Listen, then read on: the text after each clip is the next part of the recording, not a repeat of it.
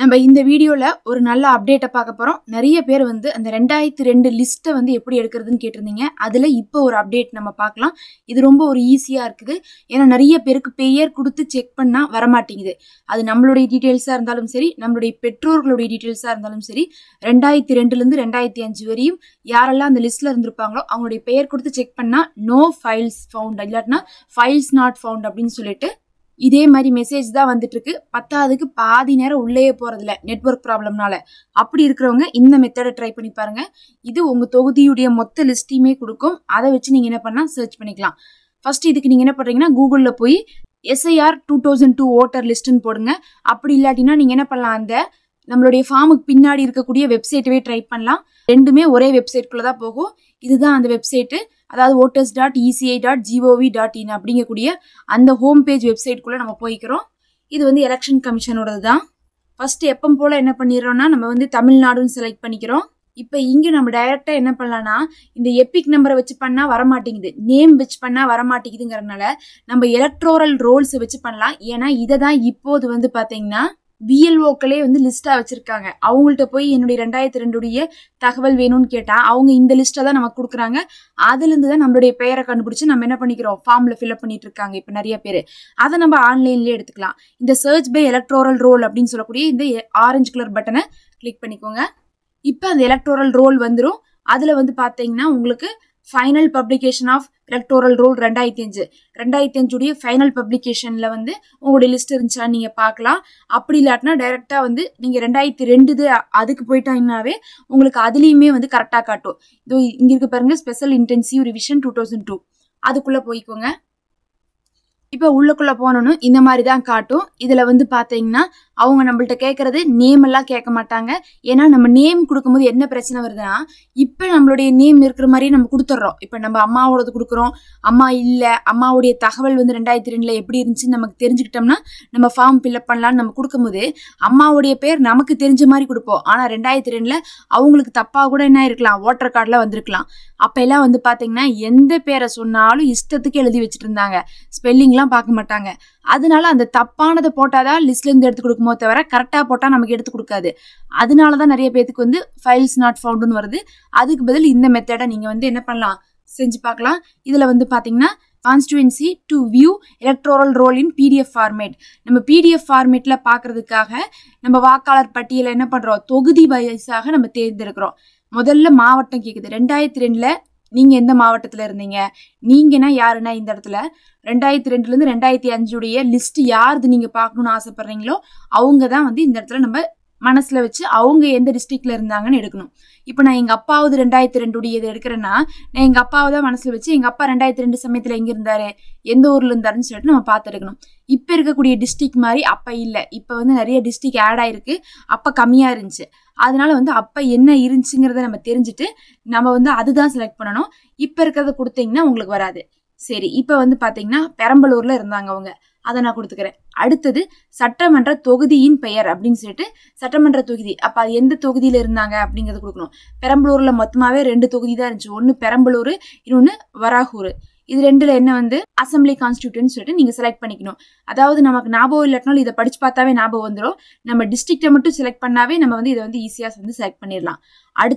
அடுத்தது வந்து பார்த்தீங்கன்னா பார்ட் நம்பர் அண்ட் நேம் கேட்பாங்க. பார்ட் நம்பர்னா நம்ம அந்த போலிங் போட்டோம்ல, அந்த பூத் இருக்கும்ல, அந்த பூத் இது நமக்கு ஞாபகம் இல்லாட்டினாலும் நம்ம பெற்றோர்கள் வந்து என்ன இது போட்டாங்கன்னு சொல்லிட்டு அவர்கள்ட்ட கேட்டோம். அவர்கள் இல்லாட்டினாலும் அவர்களை சேர்ந்த யாராவது இருந்தாங்களோ அவங்கள்ட்ட நீங்கள் என்ன பண்ணலாம், கேட்டுக்கலாம் குடும்பத்தில்.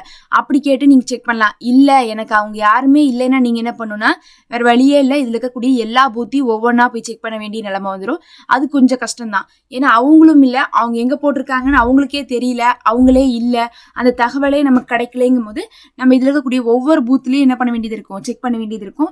டெய்லி ஒரு 10 பூத்து செக் பண்ணால் கூட சீக்கிரமாக உட்காந்து சனி நேரக்குள்ளே என்ன பண்ணலாம், செக் பண்ணி முடிச்சிடலாம். ஒவ்வொரு இதில் வந்து பார்த்தீங்கன்னா கொஞ்சம் பூத் அதிகமாக தான் இருக்கும். அப்போ நீங்கள் வேணுங்கிறது கொடுக்கணும். இப்போ நான் வந்து இந்த இடத்துல தான் இருந்தாங்கன்னு சொல்லிட்டு நான் இந்த பூத் இதுவும் கொடுத்துக்கிறேன். இப்போ வெரிஃபிகேஷன் கோடு கொடுக்கணும். வெரிஃபிகேஷன் கோடுனா என்னது, இந்த கீழே இருக்கக்கூடிய கோடு இருக்கு பாருங்க, நம்பரு, அதுதான் வெரிஃபிகேஷன் கோடு. அதை அப்படியே பார்த்து டைப் பண்ணுங்க.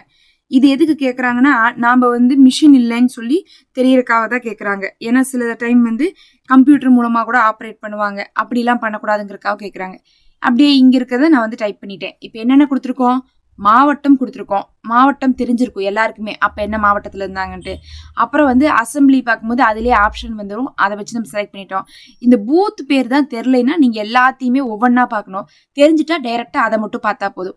அதுக்கப்புறம் வெரிஃபிகேஷன் கோட கொடுத்துட்டோம். வெரிஃபிகேஷன் கோட கொடுத்துட்டு சமர்ப்பிக்க அப்படிங்கறத நம்ம கொடுக்கணும். இந்த பூத் பேர் இடத்துல உங்களுக்கு ஒருவேளை சந்தேகமா ஒரு 4-5 இருந்தா அந்த 4-5 தனித்தனியா நீங்க பாத்துக்கலாம். சுத்தமாவே எனக்கு தெரியாதுன்னா நீங்க எல்லாத்தையும் பார்க்கணும். ஆனா ஓரளவுக்கு உங்களுக்கு தெரிஞ்சிருந்தா நீங்க என்ன பண்ணலாம், அந்த அந்த ஏரியாவில் இருக்கக்கூடிய இந்த பூத்துல தான் அதிகமா ஸ்கூல்ல தானே போடுறோம் நம்ம எல்லாருமே. இங்க பாருங்க எல்லாமே எலிமெண்டரி ஸ்கூலு, அந்த ஸ்கூல் இந்த ஸ்கூலுன்னு தான் வந்துகிட்டே இருக்கு. கொஞ்சம் சந்தேகமா இருக்கிறது மட்டும் என்ன பண்ணலாம், அந்த ஏரியால எந்த இடத்துல இருந்தாங்கன்னு தெரிஞ்சா அந்த ஏரியால பக்கத்தால என்ன ஸ்கூல் இருக்குன்னு உங்களுக்கு கண்டுபிடிச்சிட முடியும். அதை வச்சு நீங்க என்ன பண்ணலாம், கொடுத்துக்கலாம். இப்ப இந்த இடத்துல சமர்ப்பிக்கன்னு கொடுக்குறேன். இப்ப என்ன பண்ணணும்னா அது ஒரு லிஸ்ட் கொடுக்கும். லிஸ்ட் கொடுக்கணும்னா அந்த தொகுதியில இருந்து எல்லாரும் பேரும் கொடுக்கும். இதே நம்ம முன்னாடி இருக்கக்கூடிய ஆப்ஷன்ல நம்ம பெயர் மட்டும் வச்சு எடுத்திருப்போம், நம்பர் மட்டும் வச்சு எடுத்திருப்போம். சம்டைம்ஸ் நமக்கு ஆன்சரே வந்திருக்காது. ஆனா இதுல பாருங்க அந்த தொகுதி முழுசும் வந்துருச்சு. இப்ப அதுல இருக்கக்கூடிய எல்லாரும் ஓட்டு போட்டிருப்பாங்கல்ல ஒரு 1000 பேரு, அந்த 1000 பேர்த்துடைய பேரும் வந்திருக்கும். இப்ப இந்த பேரெல்லாம் நீங்க என்ன பண்ணலாம், ஒவ்வொன்னா படிச்சு பாத்தீங்கன்னா உங்களுக்கு இந்த பக்கம் இருக்கிறது, அதாவது லெஃப்ட் சைட்ல இருக்கக்கூடியது வாக்காளருடைய பெயர். நீங்க யாருக்காக பாக்குறீங்களோ அவங்களுடைய பெயர். ஒருவேளை உங்களுடைய 2002 லிஸ்ட்டை பார்த்தா இந்த இடத்துல பார்க்கணும், இல்ல உங்க அம்மாவது பார்த்தாலும் லெஃப்ட் சைட்ல தான் பார்க்கணும்.